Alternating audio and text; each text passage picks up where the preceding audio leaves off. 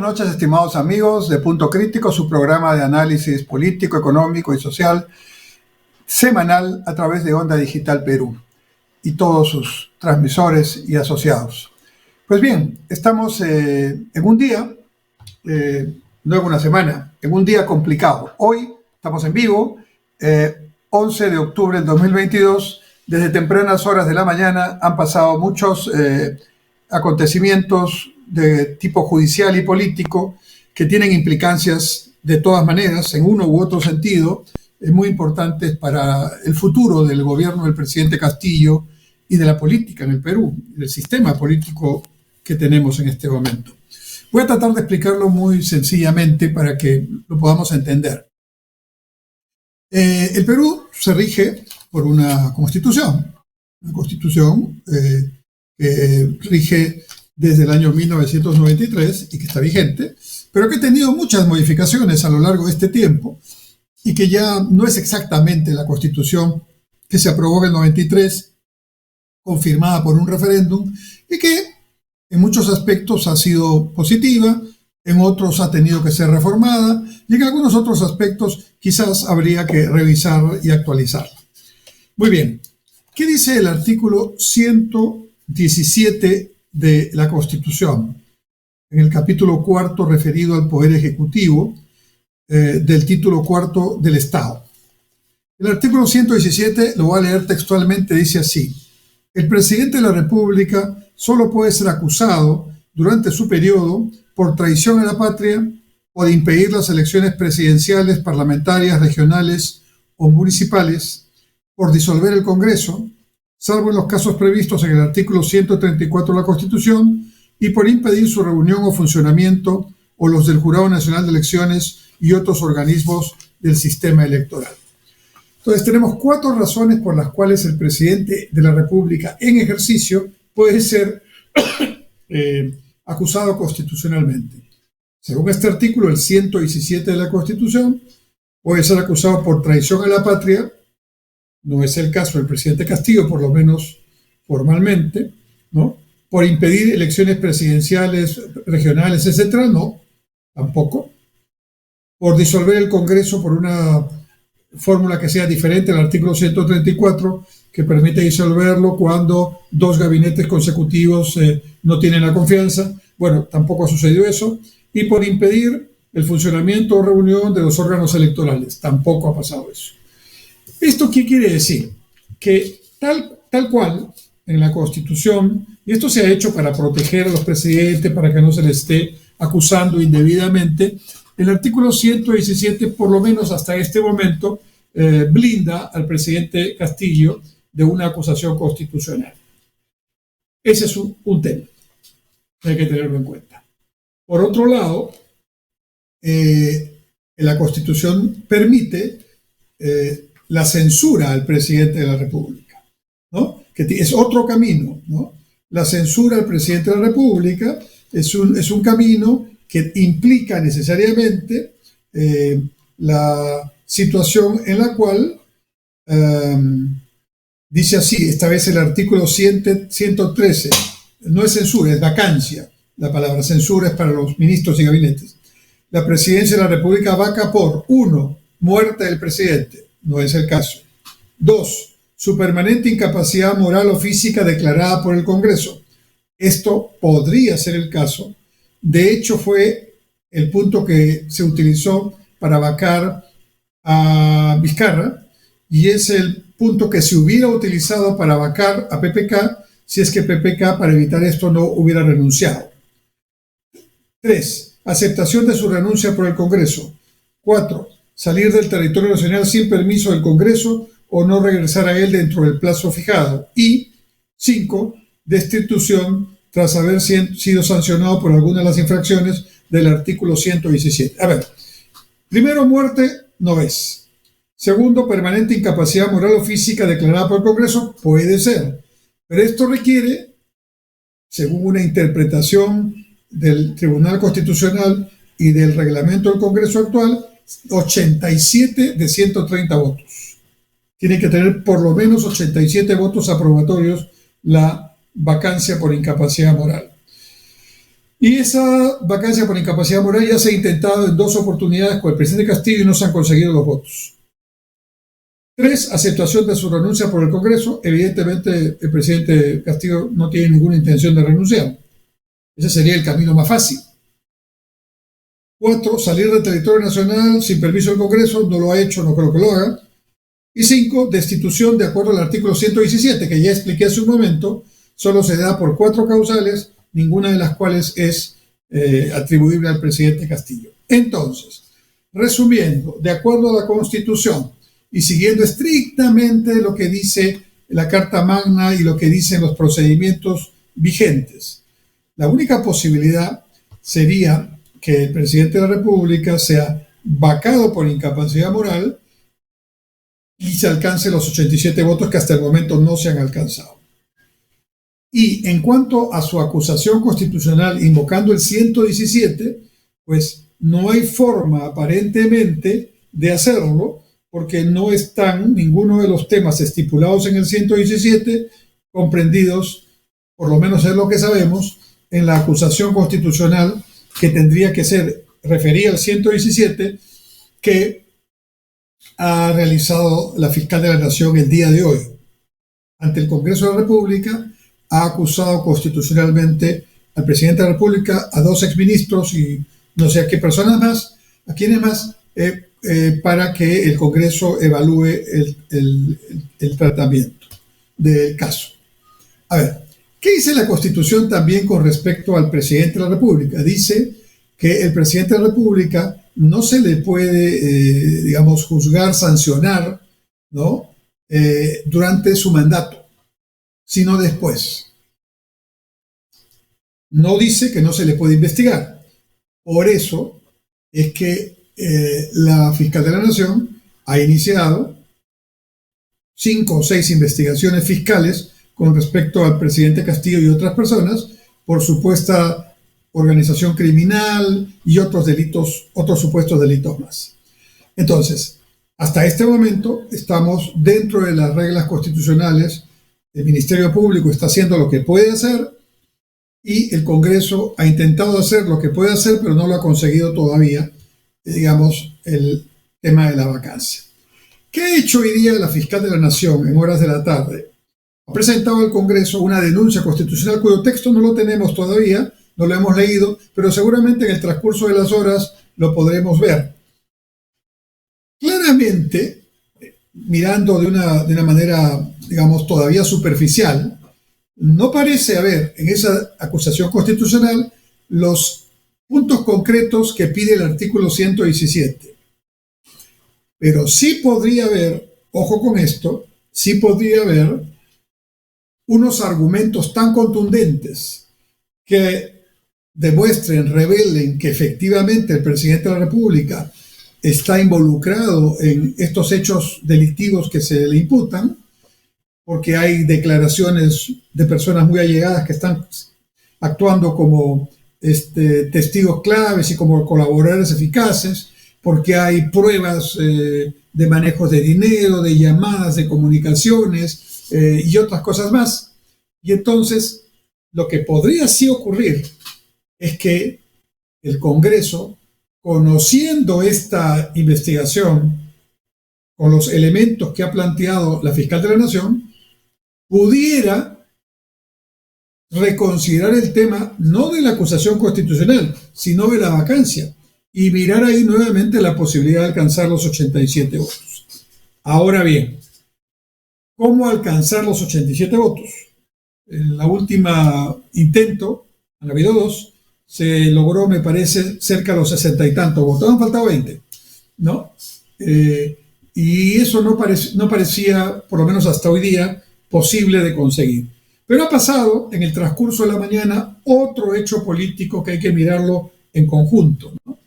La Fiscalía de la Nación ha conseguido una autorización, la Fiscalía, el Ministerio Público, en este caso, ha conseguido una autorización judicial, ¿no?, para hacer allanamientos de viviendas y oficinas de los 6 congresistas de Acción Popular denominados Los Niños, ¿no?, y que supuestamente habrían tenido reuniones y acuerdos con el presidente Castillo y con el gobierno del presidente Castillo para, a cambio de prebendas, favores políticos, mayor presupuesto para obras y otras cosas más, votar a favor del presidente o en todo caso no votar por la vacancia cuando se presenten estas propuestas en el Congreso. Aparentemente, lo pongo en condicional porque todo debe probarse, ¿no? Estos congresistas efectivamente habrían tenido una votación que, amparado en la libertad de conciencia que los congresistas con que los congresistas deben emitir su voto, pues y nadie puede juzgarlos por eso, ¿no? Habrían efectivamente, cada vez que han habido votaciones decisivas, habrían votado en contra o habían votado, digamos, en abstención o no habrían estado para la votación, todo lo cual suma de una u otra manera para no alcanzar votos correspondientes a, en este caso, posibilidades de vacancia del presidente o en algunas censuras a ministros o censuras que no se lograron, como por ejemplo la última vinculada al ministro del Interior, que todavía está en funciones. ¿Qué es lo que puede pasar a partir del allanamiento de viviendas y oficinas de estos congresistas?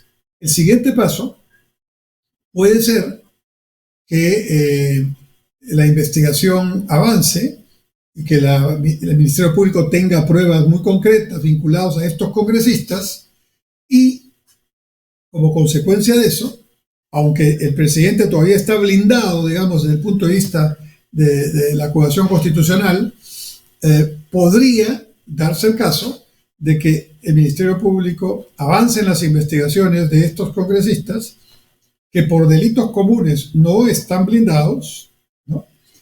Y llegue al extremo de pedir su desafuero, ¿no? Y por lo tanto, en la medida que el Poder Judicial apruebe por ejemplo, una detención por un periodo de 36 meses, etcétera, evidentemente ya habría que el Congreso actuar para reemplazarlos por los accesitarios, que son los que quedaron con la mayor votación después de ellos, en sus respectivas jurisdicciones.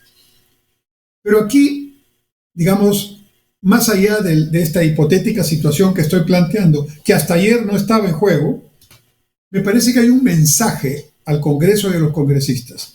El presidente, aparentemente, habría jugado con blindarse, no solo con la Constitución, sino con la ayuda de algunos congresistas de uno u otro partido. También se habla de Podemos Perú, también se habla de Juntos por el Perú, también se habla de Somos Perú, en fin, se habla de que se habrían ofrecido o dado ministerios, puestos para recomendados y otras facilidades, otras cuotas o cupos de poder, a cambio de que no faciliten la votación por la vacancia cuando se presente el presidente Castillo. Entonces, aquí el mensaje de la Fiscalía es muy claro. Nosotros vamos a avanzar en este tema, ¿no es cierto?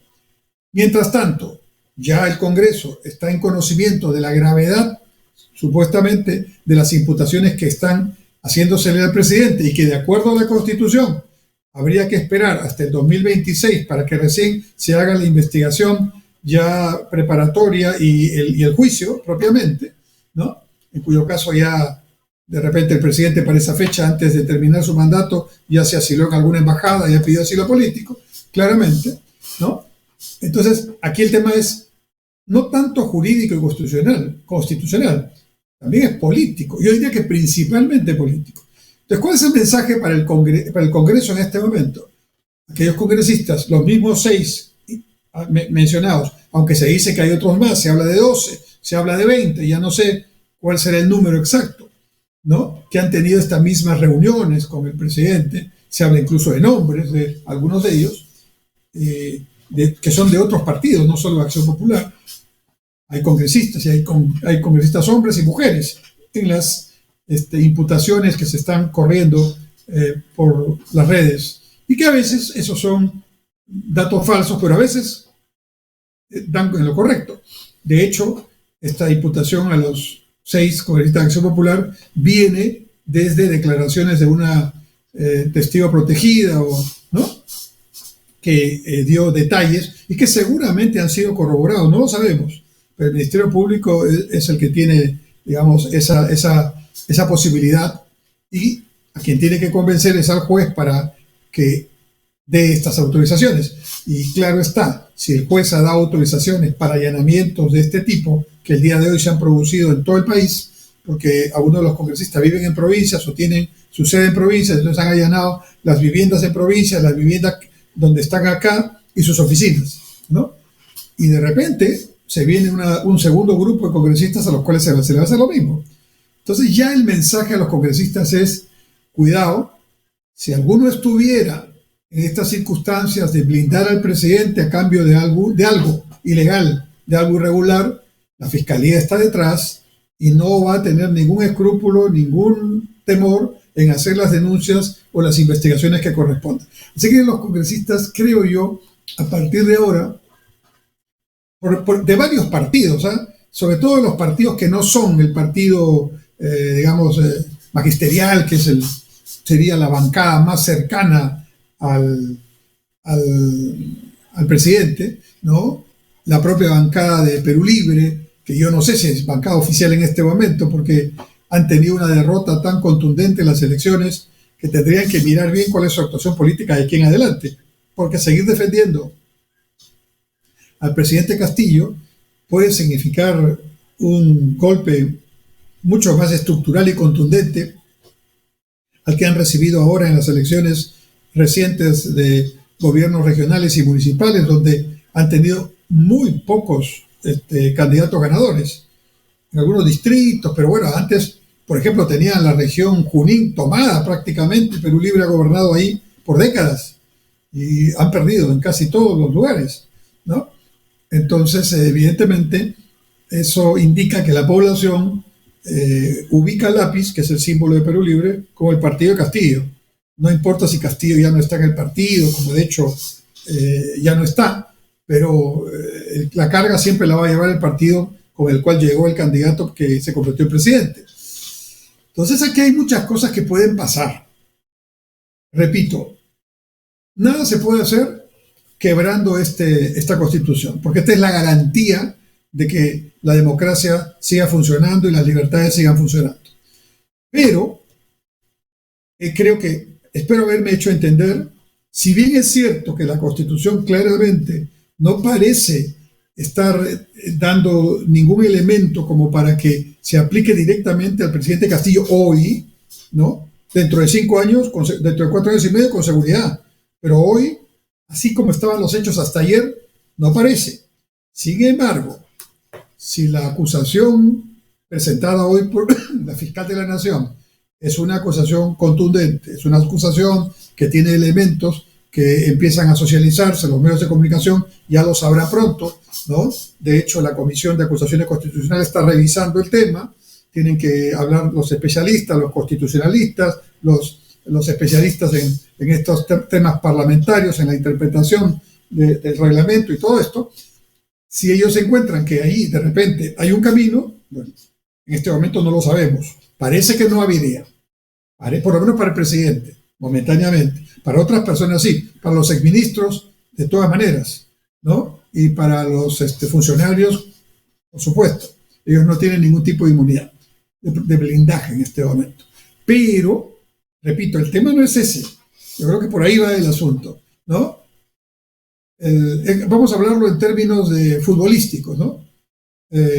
La fiscal de la Nación ha puesto 2 frentes simultáneos. Uno contra el presidente en el Parlamento, que claro, los expertos van a decir no funciona porque no se aplica el artículo 117, pero vamos a ver qué dice. De repente no se aplica exactamente, pero la argumentación es tan sólida que todo el mundo dice, sí, el presidente ha delinquido, no por uno de los elementos que dice la Constitución en el 117, pero claramente ha delinquido. Acordémonos que PPK tuvo que renunciar, lo iban a vacar de todas maneras, precisamente por la imputación, entre otras cosas, de que había hecho a través de sus ministros, algunas reuniones con congresistas para que precisamente no lo vacaran.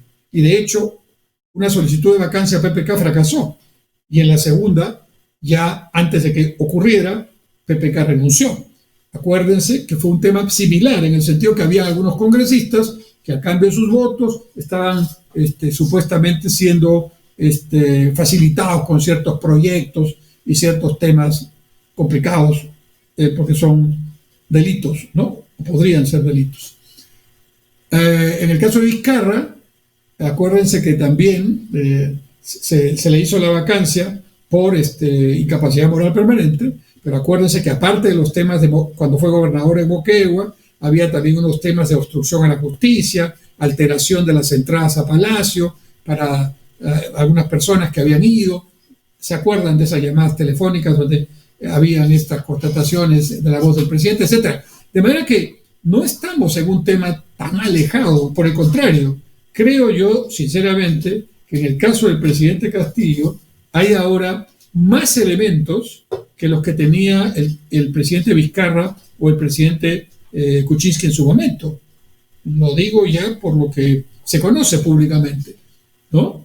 Y ahora vamos a ver qué dice esta acusación fiscal, porque realmente si dice algo contundente, pormenorizado, con detalles que no dejan duda de que, por lo menos más que un indicio, hay una claridad de una línea de conducta y de acciones y corroboraciones, entonces no se podrá hacer por el 117, pero que habría tal vez que repensar el tema de la vacancia, con el hecho adicional que los congresistas de Acción Popular, los mismos de Acción Popular, de repente van a tener que repensar su actuación, ¿no? Y llegar a un acuerdo con la Fiscalía o simplemente votar en otro sentido para salvar su honor, digámoslo así, aunque ya tienen la investigación de por medio. Estamos en un nuevo escenario donde el Ministerio Público, a través de la Fiscal de la Nación, futbolísticamente hablando, ha pateado la pelota y ahora está el tema en la cancha del Congreso de la República fundamentalmente, y también, o sea, por el lado de la acusación constitucional y también por el lado de los congresistas que están investigados. Así que estamos en un escenario que ayer no había, estimados amigos, y creo que los próximos días y las próximas semanas pueden avanzar para decirnos finalmente cuál será la solución o el camino que habrá que tomar. Habrá muchas opiniones. Lo concreto, estimados amigos, es que el presidente Castillo, nos guste o no, está en una situación muy difícil que él ha generado. No es cierto eso que pretende decir a la prensa extranjera, que es la derecha, los enemigos, que lo ven como un campesino, un profesor rural, y que por eso lo maltratan, no lo dejan gobernar. No, todos somos testigos, y él mismo lo ha reconocido en alguna entrevista que dio a CNN, que él no llegó capacitado. La palabra que utilizó fue: yo no tuve inducción para ser presidente, así que tengo que aprender y voy a aprender, permítanme aprender. Lo que pasa es que a la presidencia de la República, una tarea tan importante, de tal magnitud, de tal dificultad, no se llega para aprender, ¿no? Se llega para hacer las cosas que previamente se pensaron hacer, y ese es el otro tema. No hay pensamiento con respecto a lo que hay que hacer. Aparentemente 2, 3 ideas, cambiar la Constitución y algunos discursos que tienen frases hechas que no tienen nada de contenido y solamente generan estas situaciones de mayor incredulidad en la población. Eso es lo que nos están ofreciendo. Y además, una sucesión de errores en nombramientos de personas, muchos de ellos impresentables desde el punto de vista personal y menos profesional y académicamente, que están en los principales cargos públicos, empezando por los ministros, con honrosas excepciones. Pero bueno, el tema es bien complicado. Y lo que quiero decirles, estimados amigos, que esas complicaciones no las generó ni la oposición, ni el Congreso, ni los medios de comunicación, ni los partidos que perdieron las elecciones generales. No, las ha originado él mismo, ¿no? Si algo tenemos que agradecerle al Congreso, a pesar de todas las dificultades que este Congreso tiene, y también sus fallas y también todos los problemas que tiene, el Congreso está tan desprestigiado como el presidente Castillo, ¿no? Pero por lo menos, por la misma razón por la cual hasta hoy no hay 87 votos para vacar al presidente, tampoco hay 87 votos para cambiar la Constitución. y para generar un referéndum o una asamblea constituyente. Así que esa es la situación, pero los hechos están cambiando rápidamente y ahora solo nos queda esperar, informarnos debidamente del contenido de la acusación constitucional para ver si el camino jurídico constitucional permite que esa acusación avance o es un gesto que por el contenido nos dice no podemos acusarlo ahora, pero claramente ha cometido delitos, y eso quizás podría llevar a muchos congresistas a repensar su voto y no esperar hasta fin del periodo, el 2026, para que recién se le investigue completamente, se le juzgue y eventualmente se le condene. Vamos a hacer un alto y volvemos en un momento en Punto Crítico.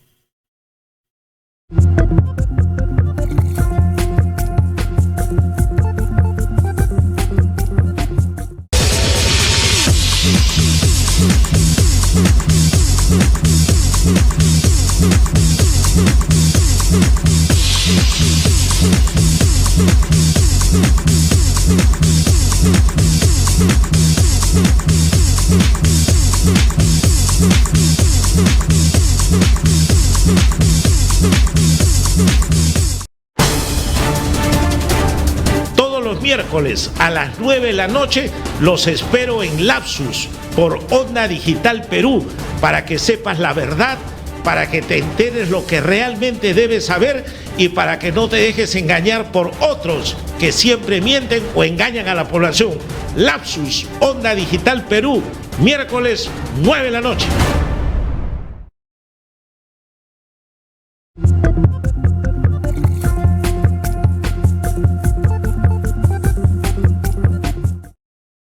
Volvemos en Punto Crítico en este segundo segmento. Quiero hablarles de las elecciones municipales y regionales recientes. Ya hablamos en el programa pasado de los resultados inmediatos que habíamos observado.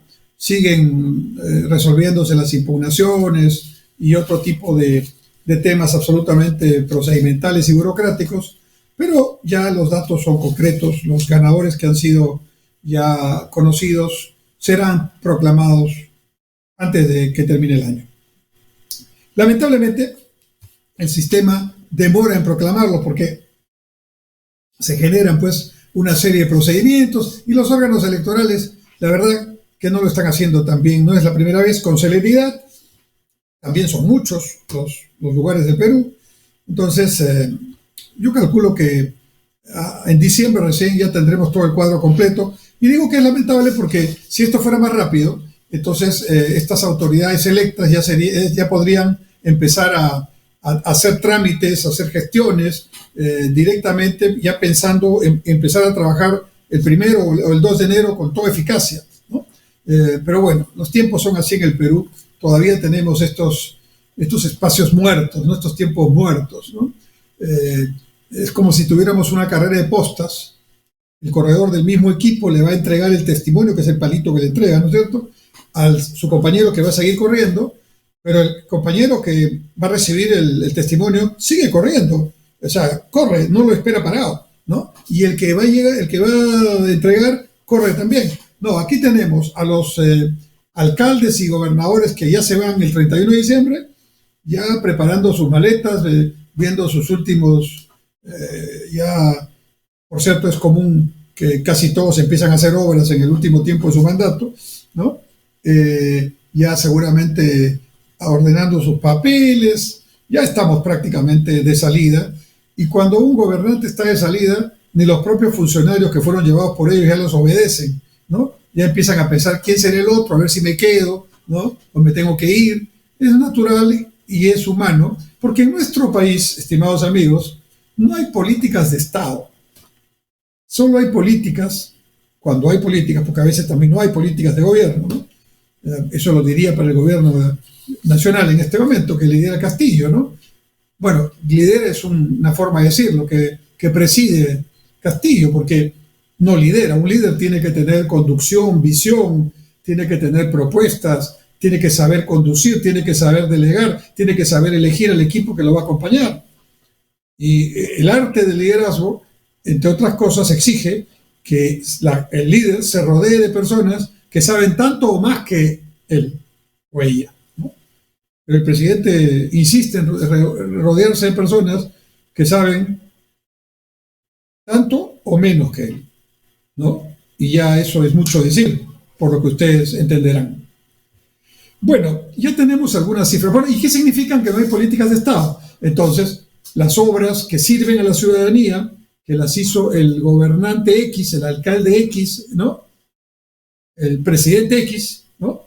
El nuevo gobierno toma posición, como lo hizo el otro, no las continúa, no le da mantenimiento, no sigue desarrollando el proyecto y consecuentemente empieza, no de cero, pero casi. Y así perdemos tiempo, perdemos dinero, perdemos credibilidad, ¿no? Y sobre todo la gente, los ciudadanos, van perdiendo confianza, que ya está casi del todo perdida. Y lo demuestran las cifras de esta última elección. Según el reporte de la OMPE, que lo he revisado el día de hoy, a nivel nacional hubo 5,5 millones de peruanos que no fueron a votar, de ausentes, ¿no? De un total de 24,4 millones electores hábiles para estas elecciones, 5,5 millones, el 23% no fue a votar.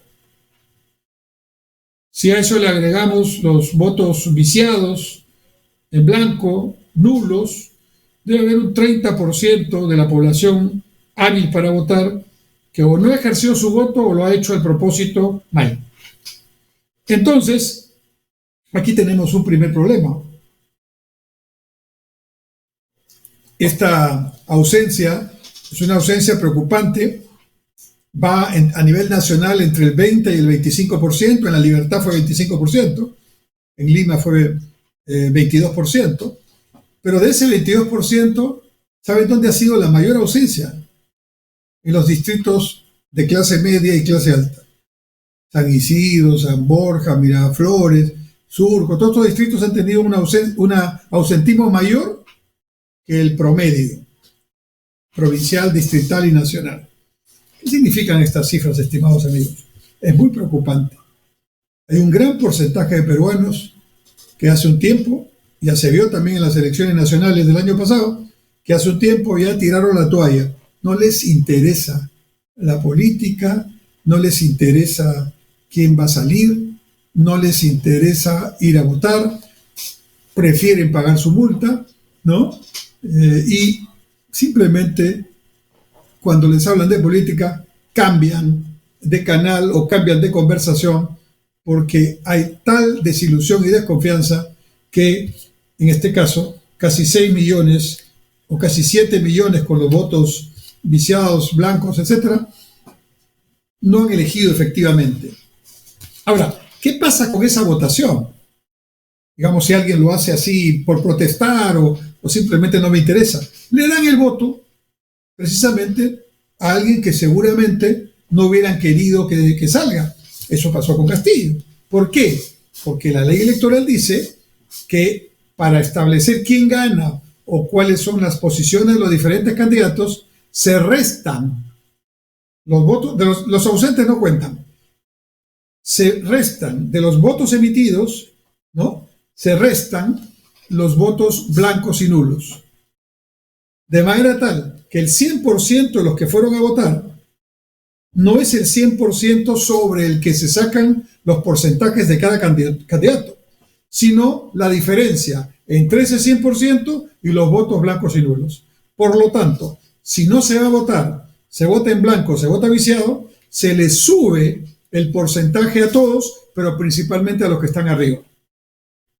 De manera que protesta no es. Y sí es un daño, sí es una situación que hace daño porque crea esta atmósfera en la que no importa quién gobierne, todos son iguales, ¿no? Todos forman parte de la misma, digamos, característica, todos son ineficientes, todos son corruptos, todos engañan, y esa es una situación muy grave para una democracia, muy grave para la institucionalidad. Y, estimados amigos, y eso es lo que hace que muchos aprovechen esta situación y quieran ganar en medio del caos y quieran ganar en medio de la confusión y el descrédito y la desconfianza. Entonces surgen falsos líderes que dicen cualquier cosa. El presidente Castillo dijo que cambiaba la Constitución y se arreglaban todos los problemas del Perú, el empleo, la educación, la salud, todo. Una falsedad total, ¿verdad? Que obviamente, felizmente, pudo ser retenida a tiempo.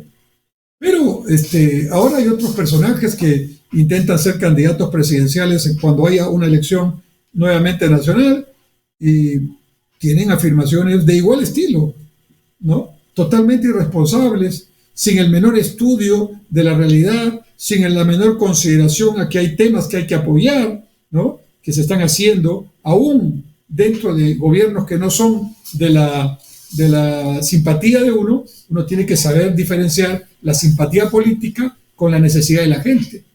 Si hay un buen programa que ayuda a la gente que es más pobre, ese programa hay que apoyarlo, ¿no? Si hay una buena obra que ya tiene varios años y que está construyéndose, hay que terminarla o hay que acelerarla. Ese es el criterio de una política de Estado, donde lo que importa son consensos mínimos que sirven a los ciudadanos, mejorando su nivel de vida, mejorando sus servicios básicos, pero esos consensos mínimos no necesariamente están en el acuerdo, en el programa de gobierno, en el pensamiento de todos los partidos y todas las posibilidades políticas, que por cierto en democracia tienen que haber. No digo deben haber, no, tienen que haber. Democracia es diversidad de opiniones. No hay que tenerle temor a opinar distinto. En el Perú tenemos que aprender eso, o volver a aprenderlo, porque en algún momento esto funcionaba en el Perú brillantemente, ¿no?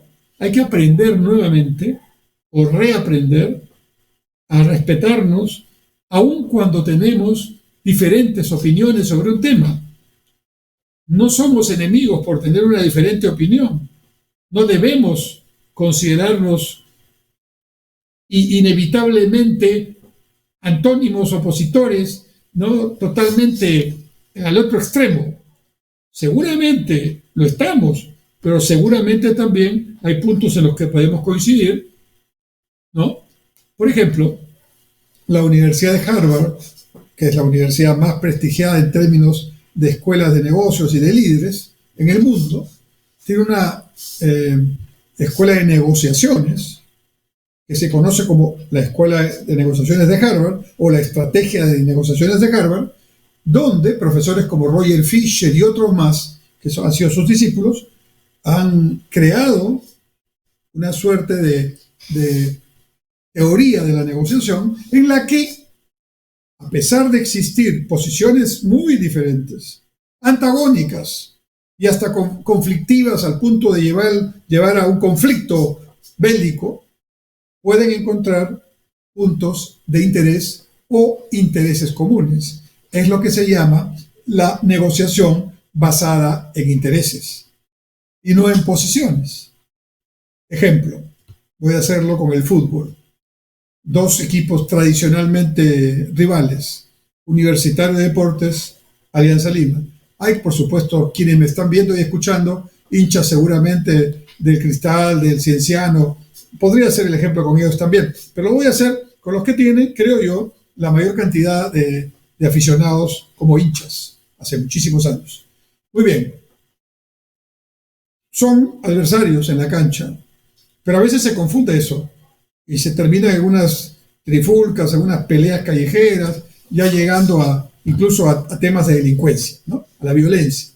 Pero al margen de eso, algún dirigente o hincha de la alianza podría creer que es digno que para negociar, por ejemplo, el próximo clásico, en qué condiciones se va a hacer, cómo se va a repartir la taquilla, cómo va a ser la publicidad, no sé, todos los elementos que pueden negociarse para un partido, ¿no? Entonces se sientan en la mesa de negociación el representante de Alianza y el representante universitario, y el de Alianza le pide al de Universitario que para empezar a negociar acepte que Alianza es el mejor equipo.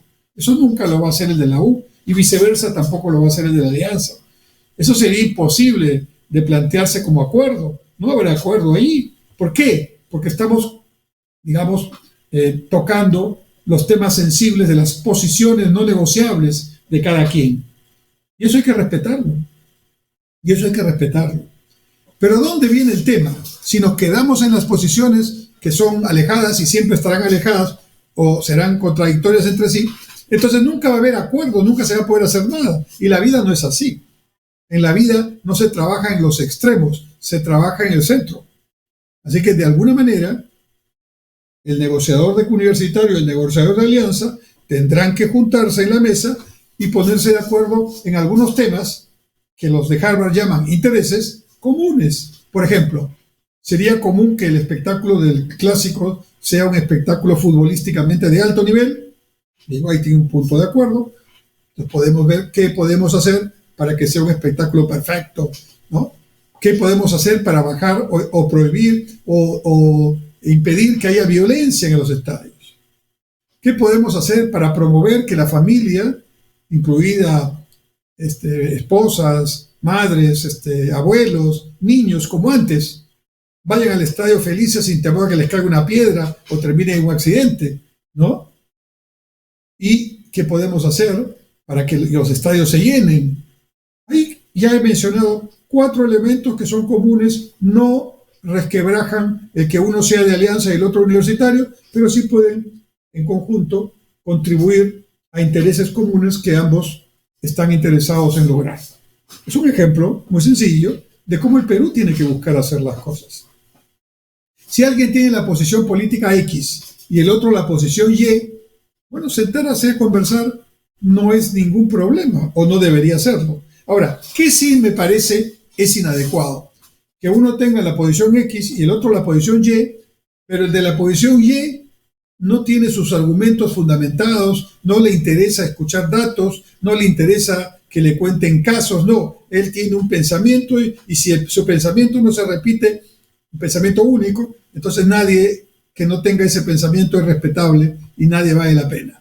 Esa no es una forma responsable, seria, madura de desarrollar un debate político. ¿Por qué? Porque nadie tiene la verdad, ¿no?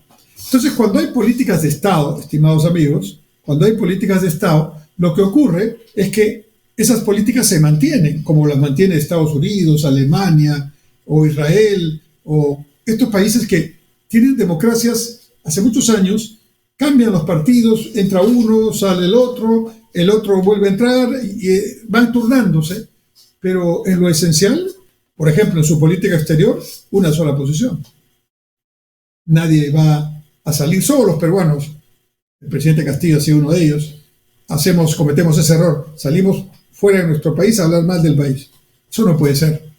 Esa frase que dijo el presidente Castillo en Washington, en una reunión de la OEA, en el Perú, tenemos tantos corruptos que hasta podemos exportarlos. Eso no lo puede decir un peruano, ningún peruano.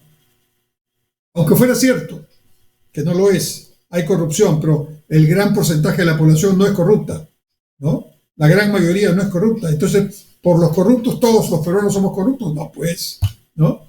Y que además que el presidente de la República, que es el máximo representante del Estado peruano, pues eso se llama jefe de Estado, va y lo diga en un foro internacional ante autoridades de otros países, es vergonzoso, ¿no? Y también ha ocurrido con algunos peruanos sin estar en cargos que han ido, han viajado y han dejado mal al Perú, y por eso en Europa, en España, por ejemplo, hay una frase que dice, el peor enemigo de un peruano es otro peruano. Así nos han considerado por la actuación indebida de algunos, pero eso no somos los peruanos. Pero los peruanos sí tenemos que aprender a escucharnos, a respetarnos, basados en el principio de que nadie tiene la verdad total, y por lo tanto algo de lo que me dice la otra persona es quizás lo que me falta conocer o aceptar a mí. Y en esa construcción podemos, como en el ejemplo del fútbol entre Alianza y Universitario, podemos encontrar puntos comunes para fortalecer la democracia, para bajar la delincuencia, para garantizar una justicia que sea más justa, valga la redundancia, para una educación de calidad, una educación pública de calidad, para unos centros de salud en el primer nivel de atención que sean de calidad, como nos merecemos los peruanos, ¿no? Y entonces algunos estarán pensando, bueno, pero si hago esto, entonces ¿para qué yo me distingo de los otros? Bueno, tú le pondrás el matiz, el nuevo gobierno le pondrá el matiz, mayor velocidad, énfasis en este tema, en este otro menos, pero En esencia, la verdad que casi todo está inventado, ¿no? Y eso de querer inventar la pólvora, inventar el reloj, inventar la brújula, que es, digamos, haciendo la analogía, lo que queremos hacer muchas veces cuando llegamos a un gobierno, es pérdida de tiempo, pérdida de dinero y pérdida de confianza. Volvemos en un momento en el último bloque de nuestro programa.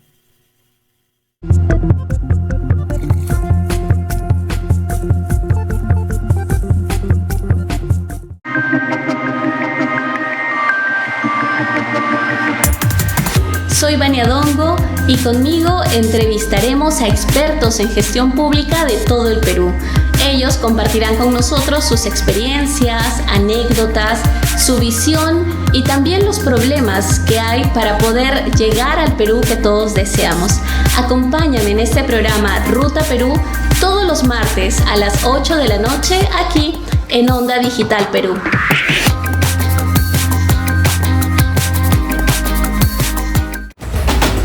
¿Buscas nuevas ideas para fortalecer tu negocio? Aquí en Onda Digital 18.4 y también por Cable Más tenemos Persevera Empresarial, un programa con ideas, consejos y sugerencias para ti y tu empresa. No te lo pierdas, martes 9 de la noche, Onda Digital 18.4. Te invitamos.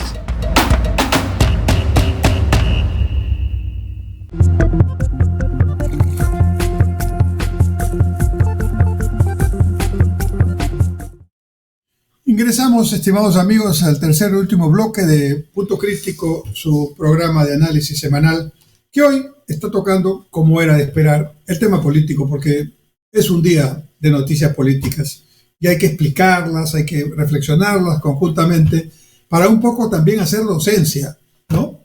La política necesita mucha decencia y mucha docencia. De ambas cosas está, digamos, huérfana la política hace mucho tiempo. Bien, entonces quiero ahora comentarles, siempre en la línea de las nuevas autoridades que a partir del 1 de enero asumirán sus cargos en los municipios, en las regiones, son 25 regiones, más Lima metropolitana son 26, son más de 180 provincias, son más de 1.800 distritos y son más de 2.700 centros poblados menores. Todas esas autoridades las hemos elegido en la elección pasada. Los municipios con sus respectivos regidores y los gobernadores o las gobernaciones con sus respectivos consejeros. Un montón de gente que entra a gobernar. Y eso está bien. Forma parte también de la salud democrática, fortalecer sus instituciones, fortalecer el capital humano. Ahora, claro está, viene un problema. No sé cuánto se habrán preparado estas nuevas autoridades para gobernar. En algunos casos, dado que hay una ley de no reelección inmediata con la que yo no estoy de acuerdo, porque contrariamente a lo que se supone, se hizo para evitar que algunos se reelijan, no, pero en realidad lo que genera creo que es más corrupción en los que están, como ha sucedido en muchos gobiernos regionales. Casi no sé cuántos de los 25 gobiernos regionales, no sé cuántos están con problemas de investigaciones y serias, ¿no? ¿Cuántos gobernadores que van a terminar en diciembre? Pero no es bueno eso, no es bueno. Que la población decida. Si la población decide reelegir 3 veces a un alcalde, gobernador regional o congresista, será porque considera que está haciendo bien su tarea. Nos puede enojar a otros, ¿no? Pero no hay problema, pues que los votos son los votos, ¿no? Pero en lugar de que sea la población, se ha puesto una prohibición, y esa prohibición no es buena. Yo creo que en algún momento eso tiene que rectificarse. Un buen alcalde, un buen gobernador, si hace bien su tarea, 4 años le puede quedar corto para hacer una buena tarea. Y si se reelige varias veces, bueno, entonces querrá decir que la población lo está aceptando. ¿Por qué no vamos a subestimar al pueblo peruano diciendo que la población vota de igual manera porque vota sin conocimiento? No, la población vota cuando tiene que votar y se enoja cuando tiene que enojarse, y sabemos que lo hace de manera muy concreta. Pero bien, ¿qué va a pasar ahora si no están preparados? Los que ya han tenido experiencia quizás no les pase, pero hay un buen número que están entrando por primera vez. Son 4 años de gestión que tiene un gobernador regional, o un alcalde o una alcaldesa. Empiezan el 1 de enero, pero ya tenemos un problema. Como muchos van a ser electos o oficialmente designados con su resolución por el jurado de elecciones, faltando 30 días o quizás menos para llegar al 1 de enero del próximo año, entonces prácticamente no van a tener tiempo de hacer una buena transferencia. Primer problema. En lugar de que el corredor de atletismo entregue el testimonio y el otro corredor empiece a correr, no, el corredor que va a entregar se detiene, ¿no? Todavía no tiene quien entregarla porque el otro corredor no está todavía designado oficialmente y el otro corredor también se detiene. Entonces el aparato público se detiene porque ya se van los que se van y porque los que entran van a demorarse en entender cómo está el asunto porque no hubo tiempo para una transferencia adecuada, reflexiva, pensada, seria, ¿no? Responsable. Primer problema. Segundo problema. Entonces tenemos ya los primeros meses del primer año dedicados a conocer un poco cómo es el manejo, etcétera, etcétera. A esto hay que añadir que existe una malísima costumbre, sobre todo en los municipios y regiones, de que con cada alcalde, con cada gobernador regional, entra nueva gente y esa nueva gente, la siguiente autoridad lo va a sacar. Entonces hay una altísima rotación de funcionarios en los gobiernos municipales y regionales. Entonces lo que aprenden, cuando ya llegan a aprender, se van. De manera que los que entran, que muchos cometen el error también de poner en puestos a personas que no tienen el perfil solo porque los ayudaron en la campaña, y entonces, claro, tenemos un montón de amigos o de personas a las que le debemos favores porque la campaña nos ayudaron y que como compensación les damos puesto de trabajo en el municipio sin que tengan, o en la región, sin que tengan la especialidad, la responsabilidad correspondiente. Entonces, primer año perdido entre el conocimiento, entre la búsqueda de nuevas personas, la rotación de funcionarios. Peor si no había un plan concreto, como va a pasar en muchos casos, donde han presentado al jurado planes para cumplir el requisito, pero eso no tiene nada que ver con la realidad y con las posibilidades de ya como autoridades de hacer lo que dijeron que iban a hacer, lo que genera un problema adicional de desconfianza en la población que votó por ellos. Entonces, primer año perdido. Y en muchos casos, el primer año perdido se ve adicionalmente complicado por dos razones. Primera, porque muchos que llegan hicieron la base de su campaña atacando al que estaba, a la autoridad que se va. Entonces, el primer año se dedican básicamente a abrir investigaciones, acusaciones, probar o buscar probanza de todo lo que significa, atacar al que se fue. Y entre otras cosas, no seguir haciendo las obras que hizo. Error tras error. Pero el otro tema, políticamente también muy complicado, es que en los gobiernos regionales, cuando no se alcanza más del 30% de la población y no hay de la votación y no hay una diferencia sustantiva entre el primero y el segundo, se va a segunda votación, lo que va a ocurrir en varios gobiernos regionales donde a fines de octubre va a haber segunda votación, ¿no? Pero en los gobiernos municipales no hay eso. Entonces muchos alcaldes salen con una ganancia que implica un 20 y tantos % de la votación.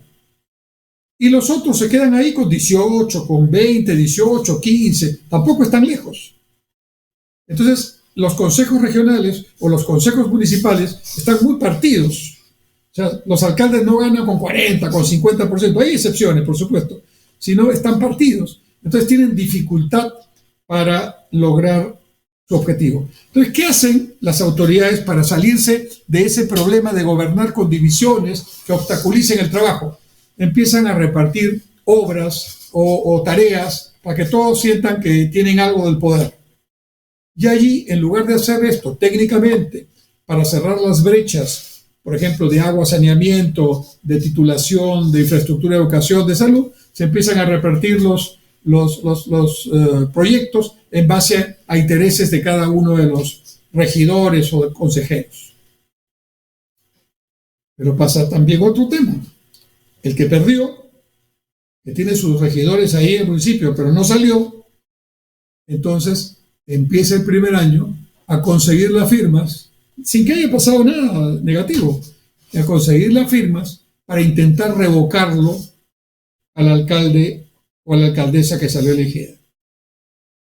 En consecuencia, el primer año y a veces el segundo se convierte en un año perdido en acusaciones que van, en investigaciones que vienen y en revocatorias que se intentan hacer. Mientras tanto, la población esperando obras, esperando que mejore algo su nivel de vida.